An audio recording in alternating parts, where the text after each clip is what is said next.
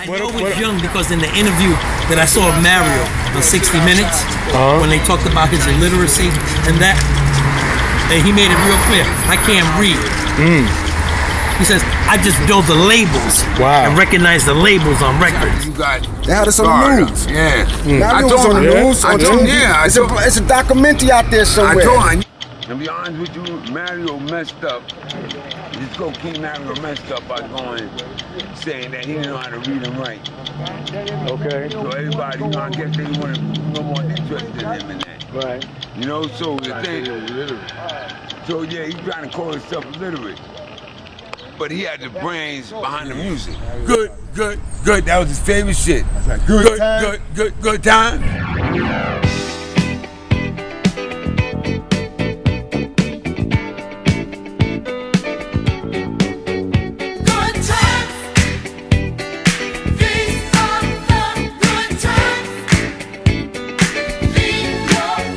Can you tell me about Mario? You know, Mario, I just feel was the pioneer that opened up the mix to the park, the mix in public, you know, bringing out the equipment. Was the only one for some time that had the sound system that he did. He had those ass kicker speakers, which is one of the persons that I felt always put that particular piece of equipment out in the forefront and became a DJ specialty item, you know, to have as part of your equipment or package, you know, to play with. Right. Outside of that, you know, he's the one that kind of was the inland or the in route into the music, and then from there, people ran with it like Bam, Kool Herc, and others that then used it for hip hop and actually built up the hip hop culture. Mario was diversified when he played. He played not only, you know, disco classics, you know, soul classics, but it was a mix, a variety. Right. Whereas guys were more specialty, where now you have hip hop, you have breaks and cuts, and you know, and then the MC got introduced, and then rap came along and got introduced. So it was an evolution, and I feel that like just like the caveman, Mario was like the the monkey, and then came the caveman and the evolution of man, and everybody else came after that. That's the best way for me to be able to describe it. He led the evolution of what today we call the hip hop culture, which was very, very integral. But there was other guys that once they got that, they expanded it and used it to create what hip hop is today, or what we built the foundation of hip hop on to make it what it is today. Right. So okay, you saying basically Mario did what he did, and people like Kool Herc, Africa Bambaataa, Flash, they innovated off of what Mario. They built on it. They pretty much built on it. Right. They took it, it became a specialty, and they gave it its own flavor, its own finesse, its own swag. And as it grew, you know, then people improved. I remember a mixtape just used to be using your mom's stereo, but they had the cassette recorder, hit the pause button, and people were saying these are cuts, and all it was hitting the pause button, and people were making mixtape with pause buttons. Then next thing you know, the pause left, and the mixer was introduced, and now you started to have blends, and then from blends to scratch, you know, and then it just kind of grew and grew, and then equipment and technology changed with it, and the more technology changed, the more the enhancements came in to the overall culture of hip hop, and now you was able to take it to a whole nother level, which is what you see now. People in the studio. Back in the day, it wasn't the studio was your bedroom with your turntables in there, your tape decks, your speakers, your boys coming over, everybody got their mics, no feedback, so you standing outside the bedroom door, you're laying down your rhymes while the music's pumping on there. You might have a little small speaker that's used as a monitor. And you go from there, or you'll all be in the room, and everybody come in and lay down their piece. And the reel-to-reel came into play. Now you have reel-to-reel, so now you were able to do more with it. And you had the 4-track recorder. And all of a sudden that grew also. Now you're able to lay down. Now you have mixes, instead of 2 lines, now you have mixes with 3 and 4 lines. So now you're able to plug in more devices and get creative. So everything starts somewhere. So the whole thing is that even though people say that Mario wasn't out there hard, but Mario was still out there playing hip-hop, beats, guys' records and everything, and still getting them exposed out to the local public, even though they say it was in the hood, but the hood had a big ear. You know? And the hood, you know, talks. So it spread. It's like a disease. Once it spread, the only way you could ever end it is by cutting it out. And hip hop was just started, and it's never going to be cut out. Because it's always going to be part of our culture, part of our root, and the way we get down. Because we always make more of less. Our cultures always have been like that. You go out into Times Square, you see guys playing the drums, but they're not playing drums. They're playing off of 5-gallon drums, whole pickles and things of that nature. Empty them up, wipe them up, flip them over, bang. Now I'm drumming. Now it's 3 or 4 of us. Now we got a crew. Now we got a little band. We got our little dancer in the front. Now we're not that. Now we like James Brown. We entertainers. So we get paid through creativity. Then all it takes is for one brother to pass it on to the other. Once we got that, we got a flow. Then people just enhance it. Once it gets that, people get a flavor of it and get it, everybody's in it to win it from that point on. So hip hop's always been like that. The only thing is that when you get to the roots of it, you know, you got those pioneers that put that blood, sweat, and tears into building it up to what it is. So, you know, so when I look at Bambaataa and I see Bam playing now after all these years, and I grew up with Bam, you know, it's real important that, you know, that Mario also get recognition because he didn't have a system. So they came to Bam to use the system to lay down their enhancement, their contribution. They came to Mario to get the system. If you ain't got a system, you can't be heard. So, you know, you got an audience, but now your audience wants to hear what you're going to present.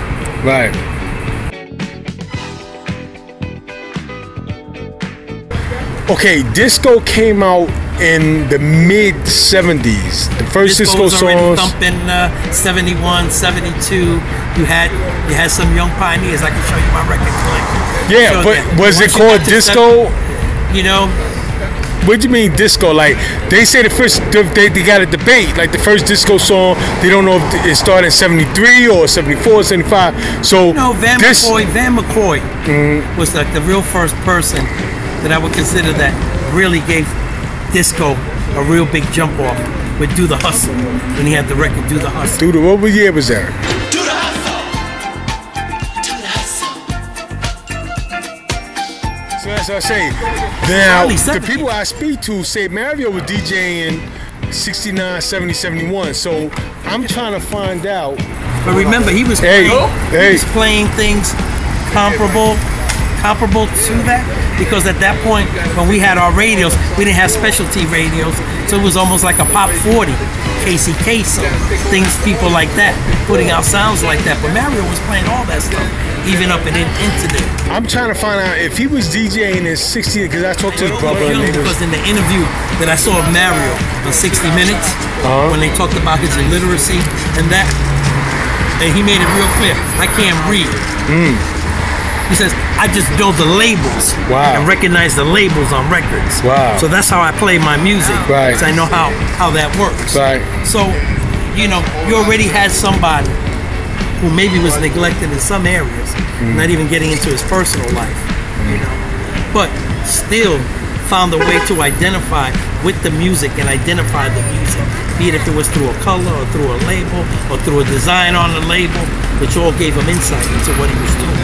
So it was very, very intriguing. He was already a pioneer through recognition and being able to recognize that over and over again, and then be able to watch the public with his eyes, not conducting surveys, not conducting, but watch the way the public reacted to him. The crowds that he was drawing more and more. It's like I tell you, when you used to go to Rosedale Park, you could see people freestyling, but then you could see the hustle kids out there too dancing.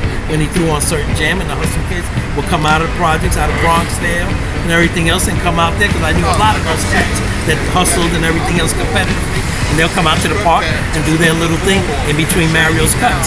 When they heard the cuts that they could do that too, they get out there and dance. Then I knew all my partners that liked those beats, and they heard that, they were out there on the break dance, on the freestyle. You know, so it's always been like that. The freestyle, if you're gonna say that, then we gotta go back to James Brown. 1, 2, 3, 4. Get up, get on up, get up, get on up, stay on the scene, get on up, Sex Machine. Because you know what? Sex Machine and all them other joints were all key records, and Mario played all of that. So listen, I'm trying to, what I want to find out, I don't know if you know or not, but in 71, 72, was Mario calling himself Disco King? Because did the word even exist in 71, 72, 73? You know, early 70s, I was a youngster. Right. myself. But ever since I knew Mario, I always knew him as Disco King. Disco King, right? That's how I knew him. Yeah. And why that always stood out is because he had the echo box all the time. Right. When he used to make that little thing, Disco King Mario. That was the thing when we got back around the block. Yo, you hear that, my man? And everybody's trying to imitate the echo box. Yeah. Which was a new piece of technology being introduced to the game, which then got picked up by Flash real heavily and the Furious 5. You know, when they battled Theodore, there was 5 mics on the stand with echo boxes and Flash set up, and then Theodore with his stuff. That's one of the biggest throwdowns in this community. Flash was real big. Flash is one of Flash's biggest battles right here in James Monroe High School against Wizard, Grand Wizard Theodore.